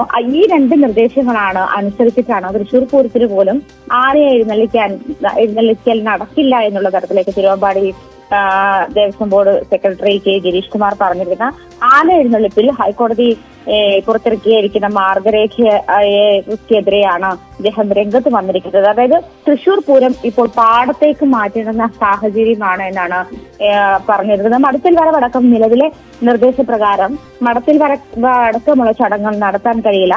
ആനകൾക്കടുത്തുനിന്ന് 8 മീറ്റർ എന്നാണ് അദ്ദേഹം പറഞ്ഞത്. പക്ഷെ ഇന്ന് ഹൈക്കോടതി എന്റെ ഓർമ്മയിൽ 10 മീറ്റർ എന്നാണ് ആ ഒരു നിർദ്ദേശം വെച്ചിരുന്നത്. 8 മീറ്റർ ദൂരം എന്നത് പൂരത്തിന്റെ എല്ലാ ചടങ്ങുകളെയും മാറ്റി നിർത്തും, അല്ല തടസ്സപ്പെടുത്തുമെന്നാണ് പറഞ്ഞത്. ആനകൾ തമ്മിലുള്ള ശരി ആജ്ഞ. ഇപ്പോൾ പാലക്കാട് ചാണ്ടിയൂന്നൻ മാധ്യമങ്ങളെ കാണുകയാണ്, അതിലേക്ക്. ഇപ്പം ഇലക്ഷൻ 13 തീരും എന്ന് വെച്ചുകൊണ്ട് അതിനനുസരിച്ചാണ് ഷെഡ്യൂൾ ചെയ്തിരുന്നത്. പക്ഷെ പാലക്കാട് നീട്ടിയപ്പോൾ പാലക്കാട് പിന്നീട് വരാം എന്നുള്ളതിലും, അതുപോലെ തന്നെ ചേലക്കരയിൽ 2 ദിവസം KPC പ്രസിഡന്റിന്റെ പ്രത്യേക നിർദ്ദേശാനുസരണം ഞാൻ അവിടെ ചെന്ന് ക്യാമ്പയിൻ ചെയ്തു. അതിനുശേഷം എന്റെ മണ്ഡലത്തിലെ പരിപാടികൾ, ഞാൻ 13 എന്റെ വീടിന്റെ 50 വീടുകൾ പണിയുന്നതിൽ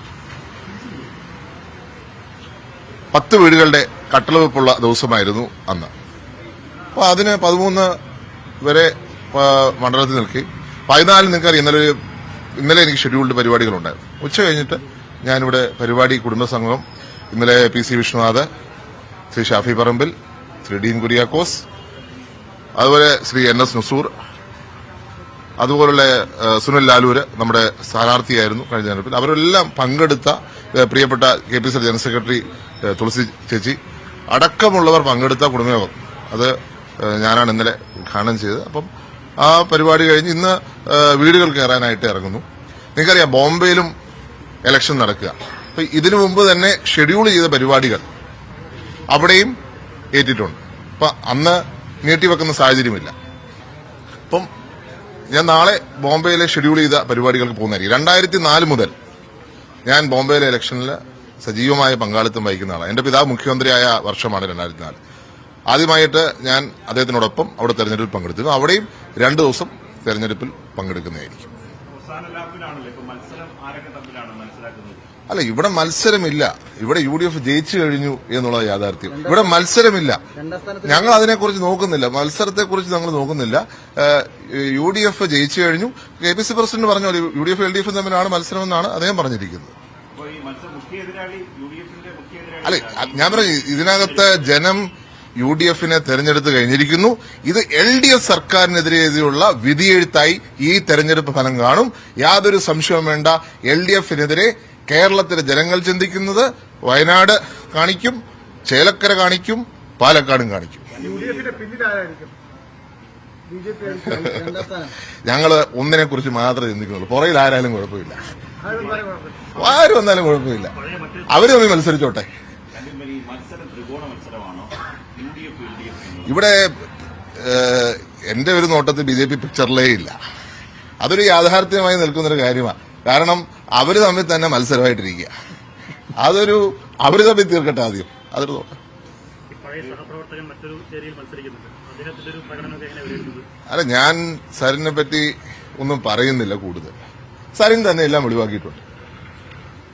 ഇല്ലേ, എന്റെ പിതാവിന്റെ കല്ലറയിൽ പോയി പ്രാർത്ഥിച്ചിട്ട് അത് എല്ലാ പാർട്ടിക്കാർക്കും വന്ന് പ്രാർത്ഥിക്കാം. പക്ഷെ അദ്ദേഹത്തിന്റെ അനുഗ്രഹത്തോടു കൂടി മത്സരിച്ച ഒരാളാണ്. പക്ഷെ ഇവിടെ വന്നിട്ട് വേറൊരു നിലപാടാണ് എടുത്തിരിക്കുന്നത്. അത് അംഗീകരിക്കാൻ പറ്റുന്നൊരു കാര്യമല്ല. കോൺഗ്രസ് പാർട്ടിയാണ് എന്റെ പിതാവിന്റെ പാത. ആ പാത വിട്ട് ആർക്ക് വേണേ പോകാം. പക്ഷെ അദ്ദേഹത്തിന്റെ അനുഗ്രഹം ഉണ്ടെന്നും ആശീർവാദം ഉണ്ടെന്നും പിന്നെ ക്ലെയിം ചെയ്യാൻ പാടില്ല എന്നേ ഉള്ളൂ. ഒരു സംശയമില്ല, അനുഗ്രഹം ഉണ്ടാവില്ല. അല്ല, അവരുടെ പാർട്ടിയുടെ സ്ഥാനാർത്ഥി പറ്റി അവരങ്ങനെയല്ലേ പറയുള്ളൂ. പക്ഷെ അവരുടെ പാർട്ടിക്ക് തന്നെ സംശയം. അതുകൊണ്ടാ ചിഹ്നം പോലും ചിഹ്നം കൊടുക്കാത്തൊരു സ്ഥാനാർത്ഥിയെ അങ്ങനെ പറയാൻ പറ്റുമോ എനിക്കറിയില്ല. പറഞ്ഞോട്ടെ, കുഴപ്പമില്ല. പുള്ളി ഇന്നലെ ഒത്തിരി കാര്യങ്ങൾ പറഞ്ഞായിട്ട് പുറത്തു വന്നിട്ടുണ്ട്. അപ്പൊ അവരൊന്ന് ഡിഫെൻഡ് ചെയ്യണ്ടേ എന്നൊക്കെ പറഞ്ഞു. അവസരവാദി എന്ന് പറഞ്ഞില്ലേ, അദ്ദേഹത്തിന്റെ എന്താ കട്ടൻ ചായയും പരിപ്പ് വടയും ഓട്ടോബയോഗ്രഫി അത് പുറത്തു വന്നപ്പം DC ബുക്സിന് കൊടുത്തിരിക്കുക. അതിനകത്ത് പറഞ്ഞിരിക്കുക അവസരവാദിയാണ്. അപ്പൊ പിന്നെ അതിനെ എന്തെങ്കിലും പറഞ്ഞ് ന്യായീകരിക്കണ്ടേ? പറഞ്ഞിരിക്കുന്ന മഹാഭാഗ്യം എന്നാ. അച്യുതാനന്ദ ഭാഷ പറഞ്ഞ മഹാഭാഗ്യം. ആ ഹായ്ക്ക് ഇച്ചിരി നീട്ട കൂടുതലുണ്ട്. അങ്ങയുടെ ഉപതെരഞ്ഞെടുപ്പിൽ പോലും വന്ന് ആ സമയത്ത് മീഡിയ സെല്ലിന്റെ ചുമതലയുള്ള ഒരാളാണ്. അപ്പോ ആ പാർട്ടിയുടെ പോയിട്ട് വരുന്നു. അപ്പൊ ഈ മതിയായ തരത്തില് എതിർ ശബ്ദങ്ങളെ കേൾക്കുന്നില്ല എന്നൊരു അഭിപ്രായമുണ്ട്. അങ്ങയുടെ പിതാവിന്റെ കാലത്തൊക്കെ എതിരഭിപ്രായങ്ങൾ പറയുന്നവരെ കേൾക്കുന്ന ഒരു സമീപനം നേതൃത്വത്തിലുണ്ടായിരുന്നു. ഇപ്പോൾ അതില്ല എന്നാണ് പൊതുവെ വരുന്ന പരാതി. അതൊന്നും ഇപ്പൊ ചർച്ച ചെയ്യേണ്ട കാര്യമില്ലല്ലോ. അത് ചർച്ചയല്ല. ഇതിവിടെ ഇലക്ഷൻ നടക്കുന്ന സമയത്ത് അതൊക്കെയാണോ ചർച്ച? ഇലക്ഷൻ നടക്കുന്ന സമയത്ത് ചർച്ച ചെയ്യേണ്ട കാര്യങ്ങൾ ഈ നാടിന്റെ വിഷയമാണ്. ഇവിടുത്തെ കർഷകരുടെ പ്രശ്നങ്ങളാണ്, ഇവിടുത്തെ ബുദ്ധിമുട്ട് അനുഭവിക്കുന്നവരുടെ ആളുകളുടെ പ്രശ്നങ്ങളാണ് ഇവിടെ ചർച്ചയാവുന്നത്. അത് മാത്രമേ ചർച്ചയുള്ളൂ. പാർട്ടിക്കകത്ത് കാര്യങ്ങളൊന്നും ചർച്ച ചെയ്യുന്ന സമയമല്ലാതെ അതൊക്കെ പിന്നീട് ഇലക്ഷന് ശേഷം ഒക്കെ ആലോചിക്കാവുന്ന കാര്യമാണ്. അത് പറഞ്ഞിട്ട് അതിന്റെ പേരിൽ ഒട്ടും ജനാധിപത്യമില്ലാത്ത ഒരു പാർട്ടിയിലേക്ക് പോയിരിക്കുക.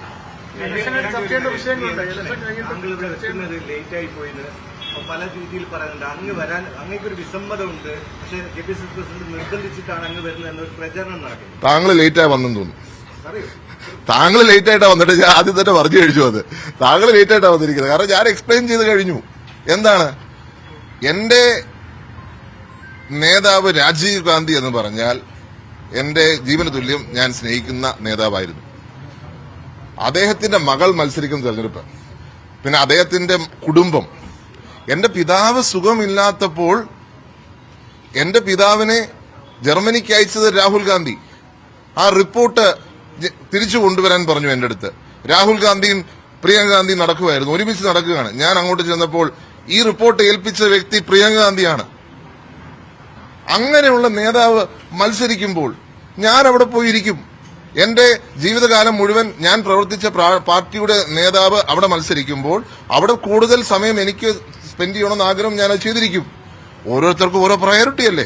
അപ്പൊ ഞാൻ അവിടെ സമയം സ്പെൻഡ് ചെയ്തതും കുറ്റമാണെന്ന് പറഞ്ഞാൽ ഞാൻ എന്ത് ചെയ്യും? ഇത് പുതുപ്പള്ളി ഇലക്ഷൻ ഒറ്റ ഇലക്ഷനാണ്. ഒറ്റ ഇലക്ഷനിൽ എല്ലാവരും കോൺസെൻട്രേറ്റ് ചെയ്യുന്ന സ്ഥലം അതാണ്. ചേലക്കര, പാലക്കാട്, വയനാട് 3 ഇലക്ഷൻ ഒരുമിച്ച് നടക്കുന്നു. തൃക്കാക്കര ഇലക്ഷനും ഒറ്റ ഇലക്ഷനായിരുന്നു. ഇവിടെ 3 ഇലക്ഷൻ നടക്കുമ്പോൾ അതും പ്രിയങ്ക ഗാന്ധി നമ്മുടെ നാട്ടിൽ വന്ന് മത്സരിക്കുമ്പോൾ അവിടുന്ന് മാറാൻ തന്നെ അവിടുത്തെ ആൾക്കാർ സമ്മതിക്കുന്നില്ല. ഞാൻ അവിടുന്ന് ഒരു ദിവസം ചേലക്കര പോകാൻ വേണ്ടി ഇറങ്ങിയതാണ്. നിങ്ങൾ അന്വേഷിച്ച് നോക്കൂ. ചേലക്കര പോകാൻ ഇറങ്ങിയപ്പോൾ അവിടുത്തെ ആൾക്കാർ വിടാതെ എന്നെ പിടിച്ചു വെച്ച് അടുത്ത പരിപാടി പങ്കെടുപ്പിച്ച അവിടുത്തെ പരിപാടി മാറ്റി വെക്കേണ്ടി വന്നു. ഞാൻ അവിടെ നിങ്ങൾക്ക് എന്റെ ഫേസ്ബുക്കിന്റെ ലൈവ് എടുത്ത് നോക്കിയാൽ അറിയാം. ഞാൻ പറഞ്ഞു ചേലക്കരയിലെ ആൾക്കാർ അല്ലെ ഇതിപ്പോ പറയും ചേലക്കര സ്ഥാനാർത്ഥിയോട് എനിക്ക് എതിർപ്പാന്ന് പറയും എന്ന് ഞാൻ പ്രസംഗിച്ചിട്ടുണ്ട്. ആ തരത്തിൽ എന്നെ പിടിച്ചു വെച്ചോടെ. അതുകൊണ്ട് ഈ തരത്തിലുള്ള പ്രചരണം ശരിയല്ല. ഇത് ഞാൻ MLA ആയപ്പോ തൊട്ട് എനിക്കെതിരെയുള്ള വ്യാജ വാർത്ത ഇത് നടത്തിക്കൊണ്ടിരിക്കുക. ഒരു കാര്യം വ്യക്തമാണ്, രാഹുൽ മാങ്കൂട്ടത്തെക്കാൾ പ്രയോറിറ്റി രാഹുൽ ഗാന്ധിക്കും പ്രിയങ്ക ഗാന്ധിക്കുമാണ് ചാണ്ടിയുടെ മനസ്സിൽ. 3 കാൻഡിഡേറ്റ്സിനും പ്രയോറിറ്റി ഉണ്ട്. 3 കാൻഡിഡേറ്റ്സും ഇമ്പോർട്ടന്റ് ആണ്. പക്ഷേ എന്റെ കുടുംബത്തിൽ ഒരാൾ മത്സരിക്കുമ്പോൾ ഞാൻ കരുതുന്നു എന്റെ കുടുംബത്തിൽ ഒരാൾ മത്സരിക്കുമ്പോൾ അവർക്കാണ് പ്രയോറിറ്റി. യാതൊരു സംശയവുമില്ല. പ്രിയങ്ക ഗാന്ധി എന്ന് പറഞ്ഞാൽ ഞാൻ എന്റെ കുടുംബത്തിൽ മാത്രമല്ല ഇന്ത്യയിലെ ജനങ്ങൾ അവരുടെ കുടുംബത്തിലെ അംഗമായിട്ട് കരുതുന്ന നേതാവാണ് പ്രിയങ്ക ഗാന്ധി. പ്രിയങ്ക ഗാന്ധി മത്സരിക്കുമ്പോൾ പ്രയോറിറ്റി എപ്പോഴും എന്നെ സംബന്ധിച്ച്, കാരണം എന്റെ കുടുംബത്തിൽ അംഗമായിട്ട് ഞാൻ കരുതുന്നുണ്ട്, എനിക്ക് പ്രയോറിറ്റി അതാണ്. അതാണ് ചാണ്ടി ഉമ്മൻ പാലക്കാട് എത്തിയിരിക്കുന്നു. അവിടെ മാധ്യമങ്ങളോട് സംസാരിക്കുകയാണ് അദ്ദേഹം. എന്തുകൊണ്ടാണ് അവിടെ വൈകി എത്തിയത് എന്നുള്ളതിന് വിശദീകരണം നൽകിയിരിക്കുന്നു. നേരത്തെ ചാർട്ട് ചെയ്ത പരിപാടികൾ ഉണ്ടായിരുന്നു. അപ്പം ബോംബെ ഇലക്ഷൻ അടക്കം അദ്ദേഹം പറഞ്ഞു പ്രിയങ്ക ഗാന്ധി തന്റെ കുടുംബത്തിലെ ഒരാളെ പോലെയാണ്, അതുകൊണ്ടാണ് അവിടെ കൂടുതൽ സമയം ചെലവഴിച്ചതെന്ന് പറഞ്ഞു. പി സരിനെ കുറിച്ചുള്ള ചോദ്യത്തിന് മറുപടി ഉണ്ടായിരുന്നു. പി സരിന് ഉമ്മൻചാണ്ടിയുടെ അനുഗ്രഹം ഉണ്ടാകില്ല എന്നും ചാണ്ടി ഉമ്മൻ പറഞ്ഞു വെക്കുന്നു. തേക്കടിയിൽ ഇസ്രായേലിൽ നിന്നുള്ള സഞ്ചാരികളെ വ്യാപാര സ്ഥാപനത്തിൽ നിന്ന് ഇറക്കിവിട്ട കശ്മീർ സ്വദേശികളോട് ബിസിനസ് പങ്കാളിത്തം ഒഴിയാൻ നിർദ്ദേശം. കശ്മീർ സ്വദേശികളുടെ ബിസിനസ് പങ്കാളിയായ കുമളി സ്വദേശിയാണ് നിർദ്ദേശം നൽകിയത്. ടൂറിസം മേഖലയ്ക്ക് തിരിച്ചടിയാകുന്ന പ്രവൃത്തിയായതിനാലാണ് തീരുമാനമെന്നും വ്യാപാരികൾ പ്രതികരിച്ചു. പ്രിൻസ് ജെയിംസ് ചേരുന്ന വിവരങ്ങളുമായി. പ്രിൻസ്, വലിയ ചർച്ചയായ വിഷയമാണ് നമ്മുടെ നാട്ടിൽ. കേരളത്തിൽ ഇതുപോലെയുള്ളൊരു വിഷയം ഉണ്ടാകരുത് എന്നുള്ള രീതിയിൽ ചർച്ച നടക്കുമ്പോൾ ഇപ്പോൾ അതുമായി ബന്ധപ്പെട്ട് തന്നെ ഈ കരാർ ഒഴിയാൻ, അവിടെ നിന്ന് മാറണം എന്ന രീതിയിലുള്ള ആവശ്യം ഉന്നയിച്ചിരിക്കുകയാണ് ആ സ്ഥാപനത്തിന്റെ ഉടമ. നിലവിൽ കട താൽക്കാലികമായി അടച്ചിരിക്കുകയാണ്. കഴിഞ്ഞ ദിവസമാണ് കുമളിയിലെ ഇൻക്രെഡിബിൾ ഇന്ത്യ എന്ന സ്ഥാപനത്തിൽ വെച്ച് ഇസ്രായേൽ സ്വദേശിക്ക് അപമാനമുണ്ടായത്. നാട്ടിൽ തന്നെ ടൂറിസം മേഖലയ്ക്ക് വലിയ അപമാനമുണ്ടാകുന്ന ഒരു പ്രവൃത്തിയായിരുന്നു കാശ്മീരി സ്വദേശികളായ കടയുടമ നടത്തിയത്. ഇസ്രായേലി സ്വദേശിനി വ്യാപാര സ്ഥാപനത്തിൽ സാധനങ്ങൾ വാങ്ങാൻ എത്തിയപ്പോൾ ഹീബ്രു ഭാഷയിൽ സംസാരിക്കുന്നത് കേട്ട കടയുടമയായ ഹയാസ് അഹമ്മദ് റാവത്ത് ഇവരോട് ചോദിച്ചു. ഇവര് ഇസ്രായേലി സ്വദേശിനിയാണെന്ന് അറിഞ്ഞതോടെ കടയിൽ നിന്ന് ഇറങ്ങിപ്പോകാൻ ആവശ്യപ്പെട്ടു. ഇവിടുന്ന് സാധനം നൽകാൻ സാധിക്കില്ല എന്ന് പറഞ്ഞു. അപ്പം കടയിലെ ലൈറ്റുകൾ അണയ്ക്കുകയും ചെയ്തു. തുടർന്ന് ഇവർ പുറത്തിറങ്ങി ഡ്രൈവറോടും അവരുടെ കേസുകളും ഒക്കെ പറഞ്ഞതോടെ ഇവർ ഇടപെടുകയായിരുന്നു. ഒപ്പം നാട്ടുകാർ ഈ വിഷയത്തിൽ ഇടപെടുകയും ഉടൻ തന്നെ മാപ്പ് അപേക്ഷിക്കുന്ന ഒരു സാഹചര്യമൊക്കെ ഉണ്ടായി. എങ്കിൽ പോലും ടൂറിസം മേഖലയ്ക്ക് വലിയ ഒരു നാണക്കേടുണ്ടായ സംഭവമാണ്. അതുകൊണ്ട് തന്നെയാണ് ഇത്തരത്തിലൊരു ഇടപെടൽ ഉണ്ടായിരിക്കുന്നത്. കട നടത്തിക്കൊണ്ടിരുന്ന 2 കാശ്മീർ സ്വദേശികളോട് പാർട്ണർഷിപ്പ് ഒഴിയാൻ ഉദ്ദേശിച്ചിരിക്കുന്നു. കുമളിയുടെ സ്വദേശിയുടെയും ഒപ്പം കാശ്മീരി സ്വദേശികളായ 2 പേരുടെയും പാർട്ണർഷിപ്പിലാണ് ഈ കട നടത്തുന്നത്. ഈ കാശ്മീരി സ്വദേശികളോടാണ് നിലവിൽ ഒഴിയാൻ ആവശ്യപ്പെട്ടിരിക്കുന്നത്. നിലവിൽ കട അടച്ചിട്ടിരിക്കുകയാണ്. ഒപ്പം കുമളി മേഖലയിൽ വ്യാപാരം നടത്തുന്നവരും ഇവരോട് കട ഒഴിയാൻ നിർദ്ദേശം നൽകിയിട്ടുണ്ടെന്നാണ് നമുക്ക് അറിയാൻ സാധിക്കുന്നത്. ശരി പ്രിൻസ്.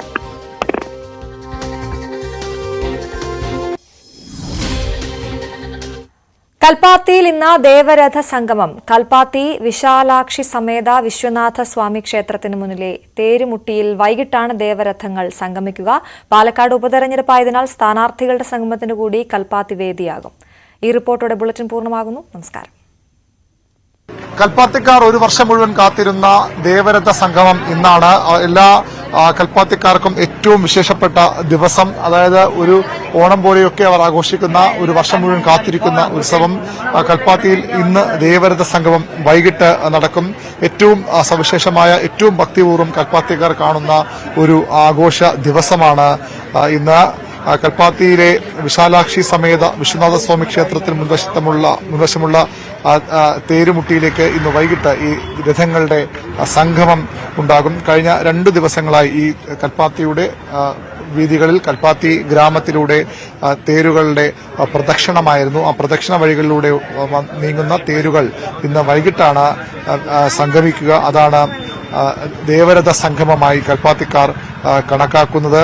പുതിയ കൽപ്പാത്തി മന്തക്കര മഹാഗണപതി ക്ഷേത്രം, വിശാലാക്ഷി സമേത വിശ്വനാഥ സ്വാമി ക്ഷേത്രം, പഴയ കൽപ്പാത്തി ലക്ഷ്മി നാരായണ പെരുമാൾ ക്ഷേത്രം, പ്രസന്ന മഹാഗണപതി ക്ഷേത്രം എന്നിവിടങ്ങളിലെ രഥങ്ങളുടെ സംഗമമാണ് ഏറെ പ്രശസ്തമായ, ഒരുപക്ഷെ ലോക പ്രശസ്തമെന്ന് തന്നെ നമുക്ക് പറയാവുന്ന കൽപ്പാത്തി രഥോത്സവം എന്ന പേരിൽ അറിയപ്പെടുന്നത്. ഇന്നലെ രഥോത്സവത്തിന്റെ 2ാം ദിവസമായിരുന്നു. ഇവിടെ അന്ന് വിശാലാക്ഷി സമേത വിശ്വനാഥ സ്വാമി ക്ഷേത്രത്തിലെ ശിവപാർവതി ഗണപതി, വള്ളി ദേവാന സമേത സുബ്രഹ്മണ്യ സ്വാമി തേരുകൾ അച്ചൻപടിയിൽ നിന്ന് വൈകിട്ട് പ്രദക്ഷിണം തുടങ്ങി ഇവിടെ ഈ ചാത്തപുരത്ത് സംഗമിച്ചിരുന്നു. ചാത്തപുരത്ത് ഈ തേരുകൾ വന്നിരുന്നു. അവിടെ തേരുകൾ ഇന്നലെ എത്തിയ തേരുകളാണ് നമ്മൾ ദൃശ്യങ്ങളിൽ കാണുന്നത്.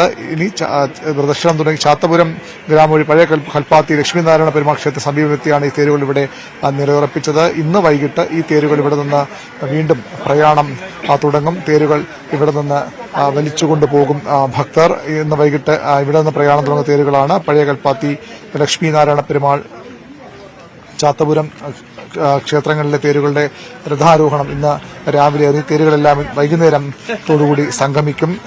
ഏറ്റവും പ്രധാനപ്പെട്ടത് കൽപ്പാത്തി രഥോത്സവത്തിന്റെ ഏറ്റവും പ്രാധാന്യമെന്ന് പറയുന്നത് എല്ലാ വർഷവും കൽപ്പാത്തിക്കാർ, ഇവിടെ താമസിക്കുന്ന ആളുകൾ ക്ഷേത്രങ്ങളിലെത്തി അവരുടെ ദിനചര്യയുടെ ഭാഗമാണ് ക്ഷേത്രങ്ങളിലെത്തി ദേവന്മാരെ കാണുക. എല്ലാ ക്ഷേത്രങ്ങളിലും അവർ പതിവായി ദർശനം നടത്തും. ആ ദേവന്മാർ ഈ തേരുകളിലേറി ഭക്തരെ നേരിട്ട് കാണാൻ അവരുടെ അടുത്തേക്ക് എത്തുന്നു എന്നുള്ളതാണ് ഈ രഥോത്സവത്തിന്റെ ഏറ്റവും വലിയ പ്രത്യേകത. ദേവന്മാരെ തേരിൽ എഴുന്നള്ളിക്കുന്നതും ആ തേര് ഭരിക്കുന്നതുമൊക്കെ ഈ നാട്ടുകാരാണ്, ഇവിടുത്തെ ഭക്തന്മാരാണ്. അവരുടെ ഏറ്റവും വലിയൊരു അവകാശമായി, ഏറ്റവും വലിയൊരു അവരുടെ ഭാഗ്യമായി കൽപ്പാത്തിക്കാർ കാണുന്നതും അതുതന്നെയാണ്. ഈ തേരിലേറി ദേവന്മാർ കൽപ്പാത്തി ഗ്രാമത്തിലെ എല്ലാ വീടുകൾക്കും മുന്നിലേക്കും എത്തും. എല്ലാ വീടുകൾക്കും മുന്നിലേക്ക് എത്തുമ്പോൾ അവിടെ ഭക്തർ ഭക്തിയാദരങ്ങളോടെ ഈ തേരുകളെ സ്വീകരിക്കും. നിറപറയും നിലവിളക്കുമൊരുക്കി സ്വീകരിക്കും. 4 ഗ്രാമത്തിൽ particular Chathapuram, old Kalpathi, new Kalpathi, Manthakkara Ganapathi 4 അമ്പലത്തിലെ കാർ ഫെസ്റ്റിവലാണ്. കൊല്ലമായിട്ട് നല്ല വേൾഡ് ഫേമസ് ആണ്. നമ്മ പാലക്കാട് കാർ ഫെസ്റ്റിവൽ வந்து പേര് ഫെസ്റ്റിവൽ. ഞങ്ങൾ കുട്ടിക്കാലങ്ങളെ കൊണ്ട് ഇവിടെ കാണും. 12ാം തീയതി 5ാം നാൾ ഇത് സംഗമം ഉണ്ടാകും. 5 തേരും 4 ഗ്രാമത്തിൽ வந்து ഇവിടെ ഒരുമിച്ച് കാണാം. നല്ല அசாத்தியாயிட்டு இது காணாம வேண்டி തന്നെ போறதுக்கு ஆர்வம். நான் துபாயில இருந்து தான் வந்திருக்கேன். எப்பவும் வருஷம் தேருக்கு வரும். இந்த தேரி எனக்கு ரொம்ப பிடிக்கும். அதான் ഇന്ന് വൈകുന്നേരത്തെ ദേവരഥ സംഗമത്തിന് ശേഷം തേരുകൾ തിരിച്ച് അതായത് ക്ഷേത്രങ്ങളിലേക്ക് എഴുന്നള്ളും. നാളെ ആണ് കൊടിയിറക്കം. ആ കൊടിയിറക്കത്തോടുകൂടി കൽപ്പാത്തി രഥോത്സവത്തിന് സമാപനമാകും. പിന്നീട് 1 വർഷം നീണ്ട കാത്തിരിപ്പാണ്. അടുത്ത രഥോത്സവത്തിനായി, കൽപ്പാത്തി രഥോത്സവത്തിനായി 1 വർഷം മുഴുവൻ കൽപ്പാത്തിക്കാർ കാത്തിരിക്കും. കൽപ്പാത്തിയിൽ ഇവിടെ താമസിക്കുന്ന ആളുകൾ മാത്രമല്ല, കൽപ്പാത്തിയിൽ ജനിച്ച് വളർന്ന് മറ്റ് രാജ്യങ്ങളിലേക്ക് പോയ, ജോലിക്കും മറ്റും പോയ ആളുകളെല്ലാം കുടുംബത്തോടെ ഇവിടെ എത്തുന്ന ഒരു ദിവസം കൂടിയാണിത്. ഇത്തവണ തെരഞ്ഞെടുപ്പിന്റെ പശ്ചാത്തലം കൂടിയുണ്ട് കൽപ്പാത്തി രഥോത്സവത്തിന്. ഒരു പക്ഷേ തെരഞ്ഞെടുപ്പിന് നടക്കേണ്ടിയിരുന്ന രഥോത്സവമായിരുന്നു. അത് പക്ഷേ കേന്ദ്ര സർക്കാരും തെരഞ്ഞെടുപ്പ് കമ്മീഷനും ഒക്കെ ഇടപെട്ടുകൊണ്ട് മാറ്റിവെച്ചു. അത് കൽപ്പാത്തിക്കാർക്ക് കൂടുതൽ സന്തോഷവും നൽകുന്ന ഒരു കാര്യമാണ്. ഏതായാലും ഇന്ന് വൈകുന്നേരം രഥസംഗമം സ്ഥാനാർത്ഥികളുടെ സംഗമ സമയം കൂടിയായി മാറും. 3 മുന്നണികളുടെയും സ്ഥാനാർത്ഥികൾ ഇവിടെ എത്തും. പരമാവധി വോട്ടുകൾ ഉറപ്പിക്കാനുള്ള ശ്രമം കൂടി ഈ രഥോത്സവം അത്തരമൊരു വേദിയായി കൂടി മാറുകയാണ്. അതായത് കൽപ്പാത്തിക്കാർക്ക് 2 ഉത്സവം, ഒന്ന് അവരുടെ ഏറ്റവും പ്രിയപ്പെട്ട കൽപ്പാത്തി രഥോത്സവം, മറ്റൊന്ന് ജനകീയ ഉത്സവമായ വോട്ടുത്സവമായ തെരഞ്ഞെടുപ്പും. രണ്ടിനും വേണ്ടിയാണ് കൽപ്പാത്തിക്കാർ വിദേശങ്ങളിൽ പോയവർ പോലും ഈ ദിവസങ്ങളിൽ ഇവിടേക്ക് എത്തിയിട്ടുള്ളത്. ക്യാമറമാൻ പ്രശാന്ത് മംഗലശ്ശേരിക്കൊപ്പം വി. വി. അരുൺ, ന്യൂസ് 18.